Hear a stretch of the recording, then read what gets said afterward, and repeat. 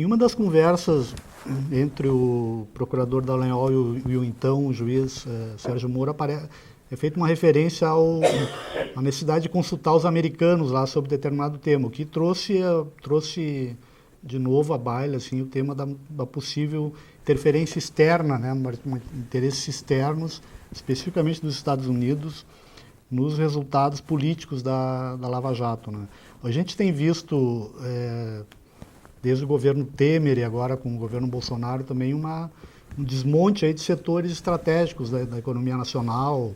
Tivemos agora, mais recentemente, a venda da Embraer para a Boeing, o desmonte do polo naval, negociação envolvendo a base de Alcântara agora com os Estados Unidos.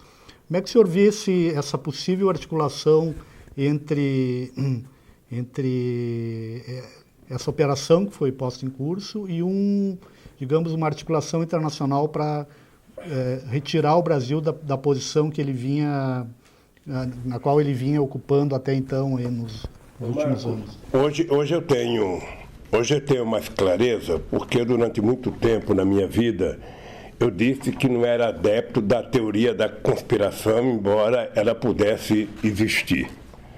Hoje, por tudo que eu tenho acompanhado pela imprensa nacional, pela imprensa estrangeira, pelas informações que eu recebo, pela pressa do pagamento da Petrobras aos acionistas americanos em detrimento dos acionistas brasileiros, pelos interesses que o pré-sal despertou aos Estados Unidos e ao mundo, desde que nós descobrimos. É importante lembrar que quando nós descobrimos o pré-sal, os americanos retomaram o funcionamento da quarta frota, que tinha sido desativada depois da Segunda Guerra Mundial. É importante lembrar que foi roubado os segredos da Petrobras de um container, sabe, e que até hoje não apareceu. Quem pagou o pato foram os coitados dos vigias da Petrobras. Então, hoje eu estou certo de que há interesse do Departamento de Justiça nos Estados Unidos em ajudar a desmontar esse país. Ou seja, não é possível a gente acreditar, sabe, que tudo aconteceu a partir do nada. Eu estou convencido que o pré-sal está, sabe, no meio disso. Estou convencido que os americanos nunca aceitaram a ideia da lei da partilha que nós fizemos para que o petróleo fosse nosso, nunca aceitaram a ideia de que o povo brasileiro voltasse a ser dono do petróleo, nunca aceitaram a ideia de que a Petrobras tivesse 30%, sabe, de tudo, nunca aceitaram a ideia de a gente criar um fundo social para garantir ao povo brasileiro o direito a ter acesso à ciência e tecnologia, à educação, à saúde, sabe? Então, temaram até, sabe, começar a desmontar a grande Petrobras, que é uma empresa patrimônio desse país, motivo de orgulho desse país. Em nome de combater a corrupção, destruir as empresas de engenharia brasileira, e certamente quem vai entrar no lugar delas não são nenhuma empresa da Guatemala, da Nicarágua, de El Salvador, da Bolívia. Certamente serão empresas ou americanas ou de outros países do mundo. Eu lembro, quando eu era presidente, quantas vezes os governantes queriam adentrar ao Brasil para competir com as nossas empresas. E, ao mesmo tempo, você fica assistindo uma política de governo que tem como objetivo não produzir nada novo, mas vender o que tem. Nesse momento, levantamento sendo feito sobre todas as empresas públicas, sobre todos os terrenos da União. Se o Exército Brasileiro não tomar cuidado, até os terrenos que eles fazem treinamento será vendido. E se depender do colo do Bolsonaro e dos filhos dele, o Exército vai treinar em videogame.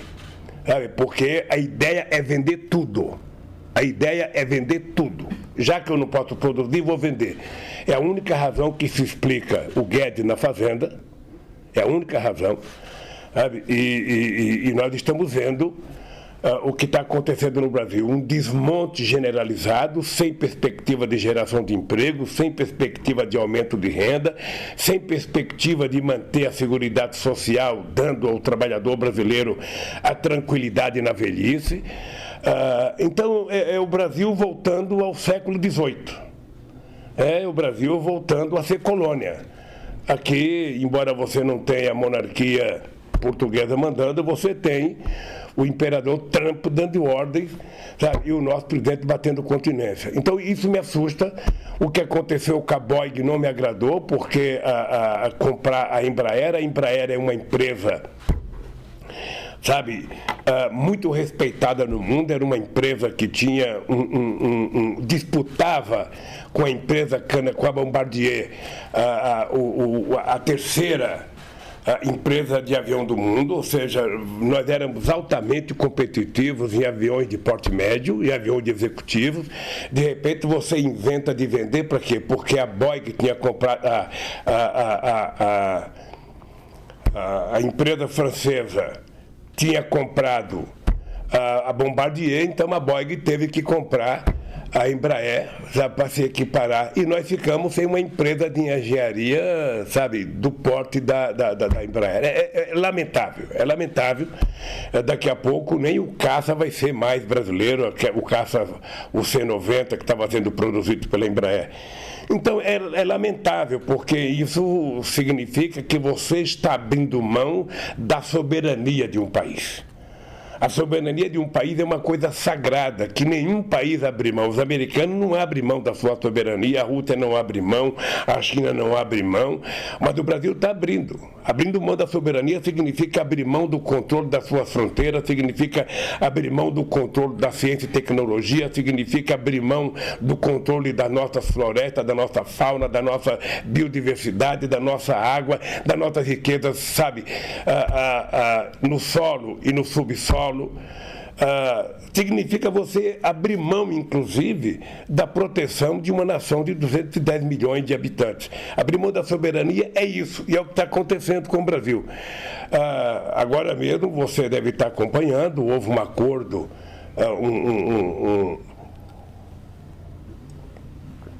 talvez um protocolo de intenções entre o Mercosul e a União Europeia, que a gente não sabe o que é, mas eu lembro do tempo que eu era presidente, qual era a ideia da União Europeia. Não sei se isso se manteve. A União Europeia, ela queria fazer um acordo desde que o Brasil e o Mercosul arreganhasse as pernas para todos os produtos de alto valor tecnológico, de alto valor agregado, produtos industrializados, para que eles entrassem aqui sem pagar nada. Isso significava quebrar a nossa indústria, significava impedir que países como a Argentina pudessem se reindustrializar, e prometiam importar produtos agrícolas brasileiros. Peguei uma gripe essa semana, eu também estou na mesma situação. Bem, então o que acontece? A gente não sabe, eu não conheço o acordo, não sei o que está escrito lá, mas veja, não é fácil. A gente não tem muito o que exportar para lá. E o que a gente tem para exportar não será fácil os franceses aceitarem. Não pense que os franceses vão aceitar comprar frango do Brasil, comprar porco do Brasil. Eles não aceitam nem comprar óleo industrializado brasileiro, querem comprar soja in natura, e também não são os maiores compradores. Então é preciso olhar, sabe, nessa coisa desse acordo, entre perdas e ganhos, a gente vê o que a gente ganha e o que a gente perde. A impressão que eu tenho é que a União Europeia está tirando proveito de um momento de fragilidade eleitoral do presidente da Argentina, porque o Macri está numa situação difícil eleitoralmente, e quem sabe a venda ufanista de um possível acordo que ninguém sabe, que ainda vai ser discutido no parlamento de cada país, possa facilitar a sua eleição. Como nos Estados Unidos, ou seja, a visita do Trump ao presidente da Coreia do Norte é uma propaganda eminentemente eleitoral. Ele não tinha o que fazer lá. Ele foi tirar foto para a campanha de 2020, que já começou, como a guerra do Iraque serviu para o Bush. Então, eu fico realmente preocupado com o momento que a gente está vivendo no Brasil. Há muitas incertezas, há muitas dúvidas do que vai acontecer com a sociedade brasileira, porque as pessoas não falam em emprego, as pessoas não falam em aumento de salário, as pessoas não falam em bem-estar social, as pessoas não falam em coisas que diz respeito ao povo brasileiro, né? você teve de cara o desmonte da legislação trabalhista, ou seja, voltamos a ter a relação direta entre o trabalhador e o empregado, que é uma espécie de relação leonina. Dificilmente um trabalhador sozinho consegue sentar frente ao seu empresário e discutir as suas condições. Desmontou-se aquilo que foi uma conquista, sabe, ainda da era Getúlio Vargas, do movimento sindical brasileiro. Agora desmonta a Previdência Social, inventando a tal da capitalização para que o cidadão, por conta própria, sem participação do empresariado, sem participação do Estado, sabe, mantenha a sua aposentadoria. Com o trabalho intermitente, não se sabe quanto tempo esse trabalhador vai levar para poder adquirir o direito de se aposentar. Então, eu acho que nós estamos retrocedendo. Eu, quando estava na presidência, eu dizia para os dirigentes sindicais e para os dirigentes políticos europeus que a diferença entre nós e eles é que eles tinham conquistado o estado de bem-estar social depois da Segunda Guerra Mundial. E eles estavam lutando, sabe? Enquanto a gente lutava para tentar chegar ao padrão salarial, ao padrão de saúde, ao padrão educacional, ao padrão da qualidade de moradia e de transporte que eles tinham alcançado nos anos 60, nos anos 70, nos anos 80, enquanto a gente brigava para tentar chegar lá, eles estavam começando a perder. E hoje o que nós estamos assistindo?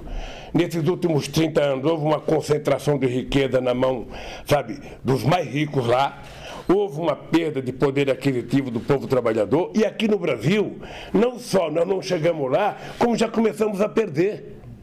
O salário cai, a renda cai, e o povo está vivendo pior, comendo pior, morando pior, e com menos perspectiva. Então, eu acho que é difícil uma nação sobreviver se ela não tiver esperança, se ela não acreditar, e esse governo efetivamente não passa esperança para ninguém. É muito difícil você imaginar, sabe, que o povo trabalhador possa ter algum sonho nesse governo Bolsonaro. Nesse tema ainda, chama atenção, o senhor fez uma referência ali antes, que o Exército deveria tomar cuidado com o que está acontecendo, senão vai ter que treinar com um videogame. Né? Chama atenção o posicionamento dos militares brasileiros a favor desse processo de entrega aí de setores estratégicos da economia nacional. A gente lembrar que mesmo no período da ditadura, né, os militares tiveram políticas mesmo de enfrentamento com o interesse dos Estados Unidos, como foi o acordo militar com a Alemanha, tinha uma política externa de alinhamento com países africanos recém-independizados. Houve uma mudança, digamos, drástica, qualitativa no posicionamento dos militares em relação a um projeto de nação, na sua opinião? Uma das coisas que o mundo inteiro respeitava o Brasil era pelo fato de, durante o golpe militar brasileiro, os militares não terem desmontado a indústria brasileira, pelo contrário, fortaleceram alguns setores da industrialização brasileira. Criaram, por exemplo, programas importantes como o do etanol, em função da crise do petróleo. Bem, o que nós estamos vendo agora, não sei se é uma posição do conjunto das Forças Armadas, do Estado-Maior, mas pelo menos de alguns militares que falam pelo governo Bolsonaro, é de total desinteresse pela soberania nacional e de total, sabe, disposição de vender tudo. Ou seja, eu até disse outro dia numa entrevista que, sabe, um militar que não defende a soberania nacional, que não é um nacionalista, ele nem deveria chegar a general, porque a obrigação das Forças Armadas é de proteger os interesses do país, é de proteger o povo contra inimigos externos. Ora, e a entrada totalmente desregulamentada do capital para explorar as riquezas brasileiras na verdade, você abrir mão da sua soberania. Eu acho que isso é muito delicado. E acho engraçado porque, embora o Bolsonaro bata continência para o Trump, ele vem na contramão do Trump, né? O Trump é um direitista que utilizou como discurso o fortalecimento do Estado Nacional. Sabe? Resolveu comprar a briga com a China, dizendo que era preciso gerar emprego nos Estados Unidos. O Bolsonaro faz exatamente ao contrário. Ou seja, ele está desmontando o Brasil, desmontando a possibilidade de gerar emprego nesse país, a troco não sei do que. Eu não consigo entender, Marcos, a obsessão dessa reforma para juntar 1 trilhão. O que eles querem fazer com 1 trilhão? Reforma da Previdência, no caso. Tirar 1 trilhão dos pobres para fazer a reforma da Previdência, para dar esse trilhão para quem? Ora, porque não é para o pobre, que o pobre vai começar a pagar sua própria aposentadoria. Então, essa obsessão é que me deixa perplexo, porque um governo, para discutir uma reforma na Previdência, ele discute no momento em que a economia está razoável. Sabe, discute no momento em que a economia está crescendo, que você está gerando emprego. Por que até 2014 a Previdência era superavitária? Sabe por quê? Porque nós tínhamos criado 22 milhões de empregos formais. Porque nós tínhamos legalizado 6 milhões de empreendedores individuais. Então, quando as pessoas estão trabalhando, quando as pessoas estão contribuindo, a Previdência é superavitária. Agora, quando você tem 13 milhões de desempregados, mais 28 milhões ou 30 milhões de subempregos, pessoas trabalhando de bico, obviamente que a Previdência tem um rombo muito grande. Então, como é que vai resolver isso? Fazendo a economia crescer, gerando emprego, pagando salário, distribuindo renda e cobrando corretamente a Previdência Social.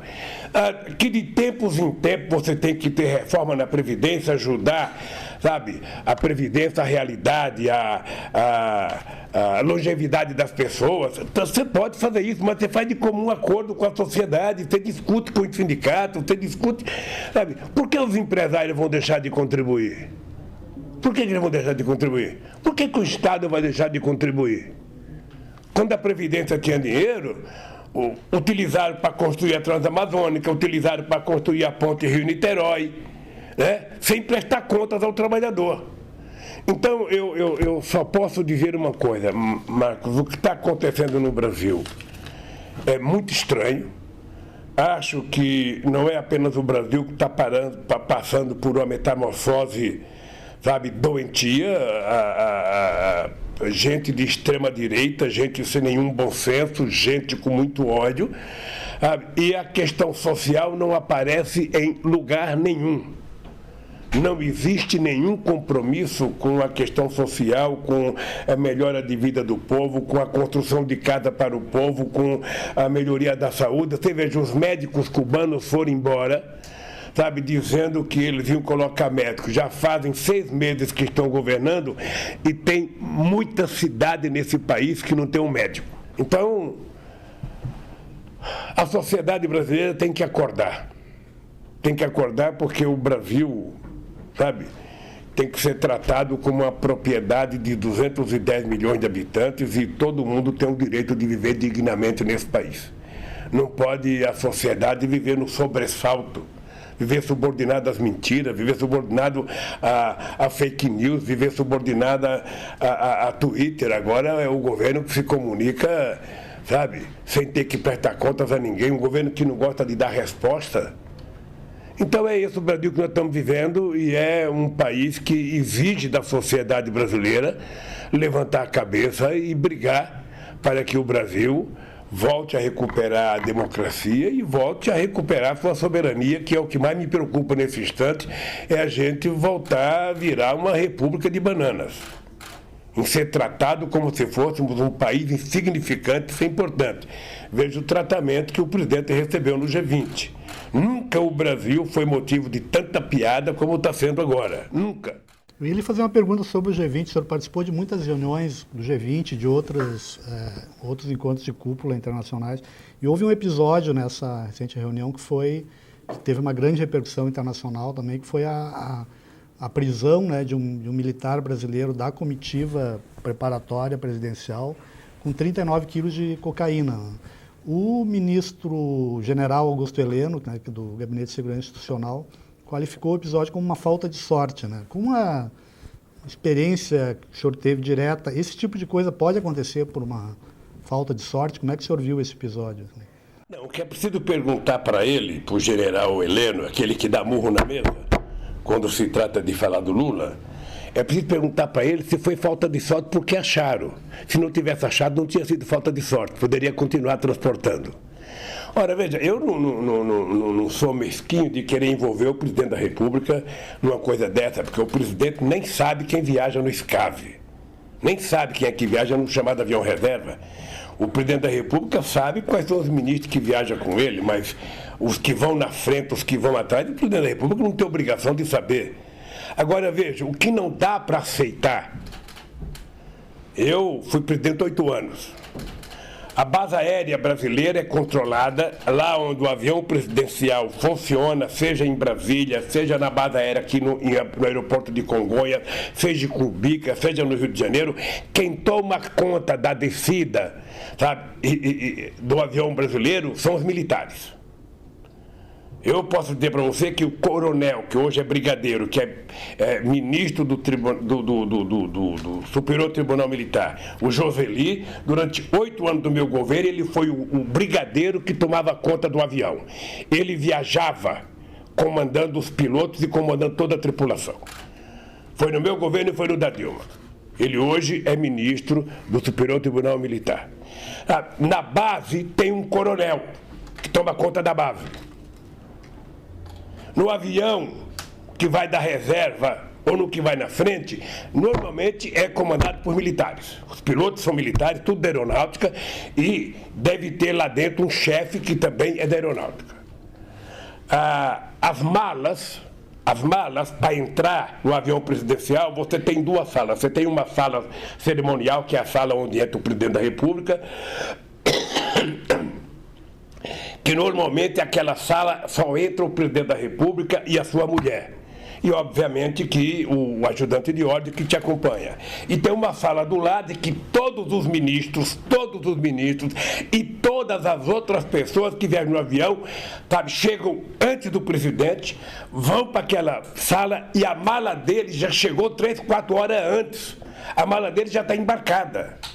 Então, é difícil saber como é que esse rapaz...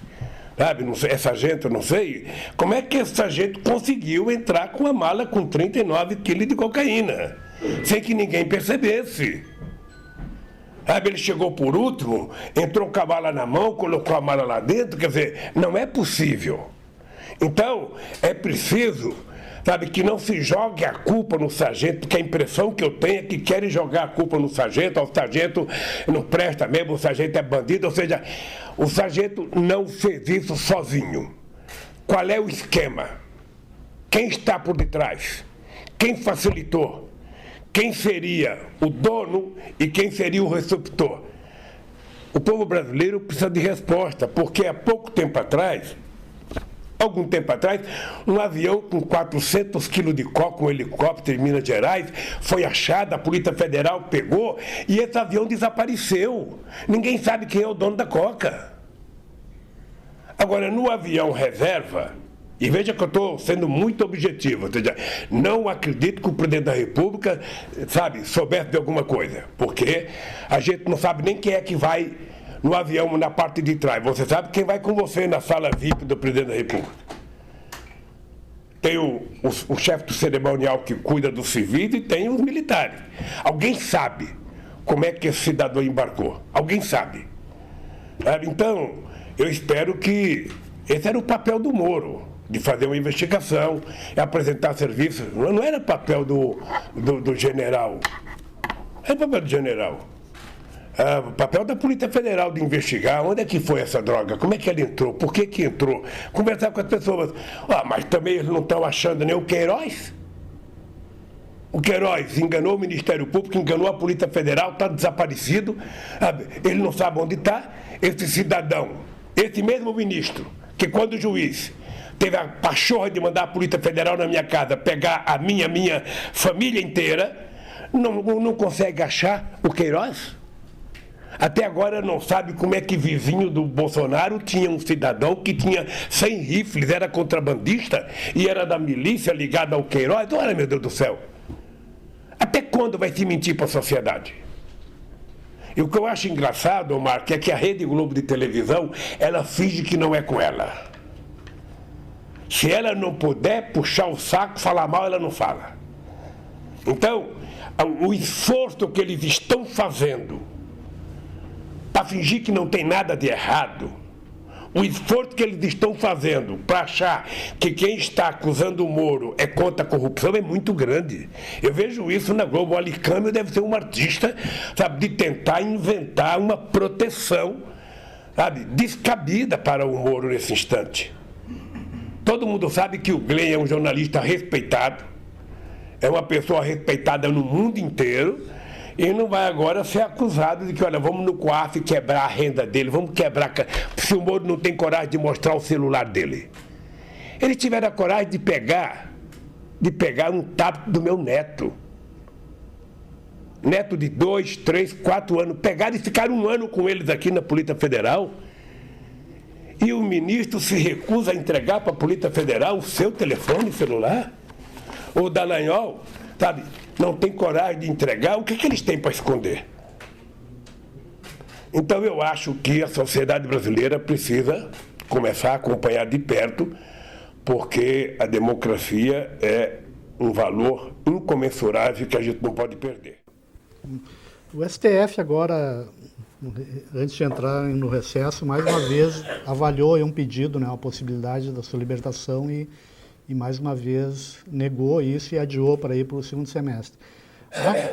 Recentemente houve uma reunião, um encontro do presidente Bolsonaro, presidente do STF, presidente da Câmara, presidente do Senado.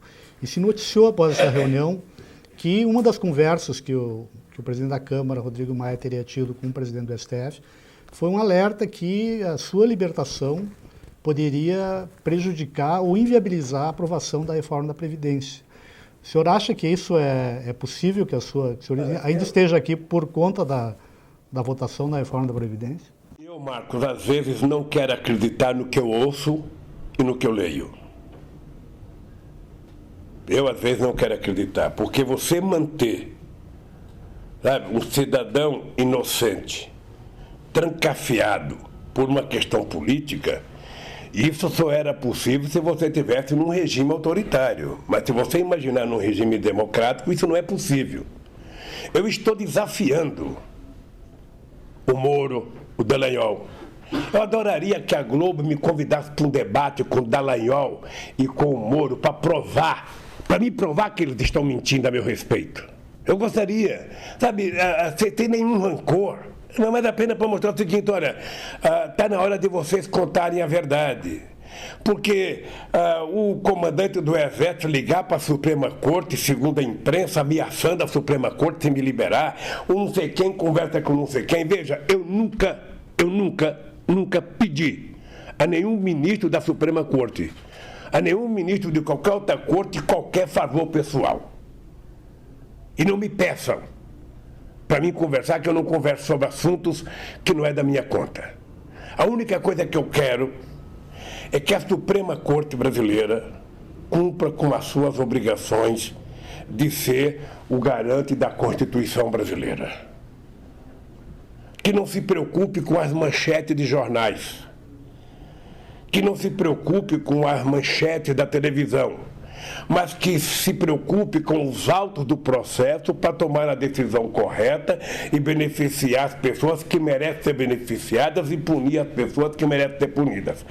Eu vi ontem um noticiário de que o Moro estava muito chateado, mas muito chateado com os deputados. Por que vocês, sabe, não estão defendendo o Eduardo Cunha? Por que vocês não estão defendendo o Sérgio Cabral? Ora, porque não defende eles, quem sabe que eles não são inocentes, porque eles já confessaram que roubaram. O Sérgio Cabral já confessou não sei quantas coisas ilícitas, o Eduardo Cunha já confessou. Não estamos discutindo ele, estamos discutindo o meu caso. E, por favor, Moro, você não misture. Quando você mistura, você está mentindo. Você quer falar de mim? Fale de mim. Fale que você sabe que o triplex não é meu. Fale que você sabe que você inventou a história da Petrobras, a história da empresa offshore do Panamá, para poder me trazer para cá, porque era sua obsessão foi obsessão desde o tempo do Banestado. Desde o tempo do Banestado, me prender.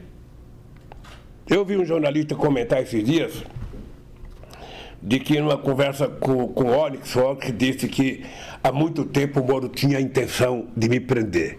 Quer dizer, na verdade... Não sabia que conexão essa seria no episódio do Banestado, nunca conheci. Olha, gente, a relação do Moro com o Rousseff é mais do que uma simples delação. Sabe? Então, eu acho que aquilo que foi feito de correto, de apuração, de prender, mantém, sabe, quem roubou tem que estar preso. Ponto pacífico. Agora, quem é inocente tem que estar solto. E delação falsificada, como essa do Palocci, como eu não sei quantas delações são verdadeiras. O que eu sei é que no começo desse projeto, muitos advogados e muitas pessoas diziam: Lula, olha, eu fui detido e a primeira coisa que perguntavam para mim era o seguinte: e o Lula? Você conhece o Lula?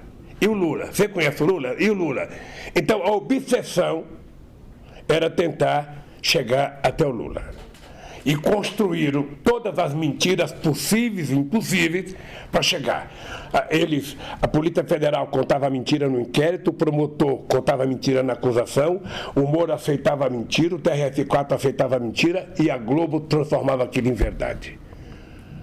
Ou seja, que era a ideia que eu nunca concordei de que para você apurar corrupção você tem que queimar a pessoa perante a opinião pública. Primeiro você diz que ele é ladrão na imprensa. Quando você disser que ele é ladrão na imprensa, não tem mais como absolver. Ele será condenado pela opinião pública.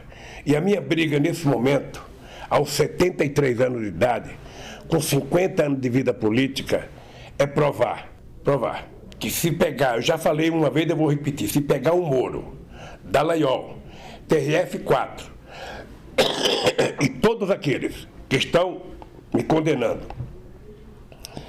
colocar no ventilador, no liquidificador e bater, o que sair como resultado não é honesto como Lula. Então, é a única coisa que eu posso falar para a sociedade brasileira, é isso. É isso. Eu estou afirmando que o Moro está mentindo. Estou afirmando que o Dallagnol está mentindo. Se acertaram num caso, óbvio, ótimo. Se condenar alguém corretamente, ótimo. Mas não mintam a meu respeito. Não venham me dizer que eu sou contra a Lava Jato, não. Eu sou contra transformar uma operação de investigação numa ação política. E foi o que vocês fizeram com relação a mim. E a Globo sabe do que eu estou falando. Aliás, eu acho que quem não quer que eu saia daqui nunca é a Globo. Por quê? Porque a Globo poderia vir fazer uma entrevista. Como você está me entrevistando, ela poderia mandar o Bial, transmitido ao vivo. Sabe? Com a Globo eu não faço gravando. Com a Globo, como eu não confio, tem que ser ao vivo. Mandar o Willy Bonner, aqui no Jornal Nacional. Sabe? Quando eu fui eleito, eles não me fizeram ao vivo, agora eu vinha sentar aí e fazer 20 minutos de pergunta. Dá para a gente poder desmascarar e desmentir essa gente que foi responsável pelo golpe na Dilma Rousseff, essa gente que fez com que a gente chegasse na situação que nós estamos hoje, e essa gente que trabalhou para evitar que eu fosse presidente da República, porque eles sabiam em todas as pesquisas de opinião pública que se tivesse eleições e eu fosse o candidato, eu ganharia as eleições. Então, eu de vez em quando fico pensando, bom, o Marcos vai sair daqui e vai dizer, pô, eu pensei que o Lula ia estar mais revoltado, que ele tá... Não. Uma coisa, Marcos, que eu aprendi a me concentrar é que eu não vou permitir, sabe, que o ódio tome conta da minha cabeça. Hoje eu tenho certeza, assim, certeza, como a certeza que eu tenho que Deus existe, que o Moro não dorme direito. Eu tenho certeza que o Dallagnol não dorme direito. Eu tenho certeza que os delegados que me acusaram não dormem direito. Eles sabem que mentiram. E eles sabem que mais tarde ou mais cedo essa coisa vai aparecer.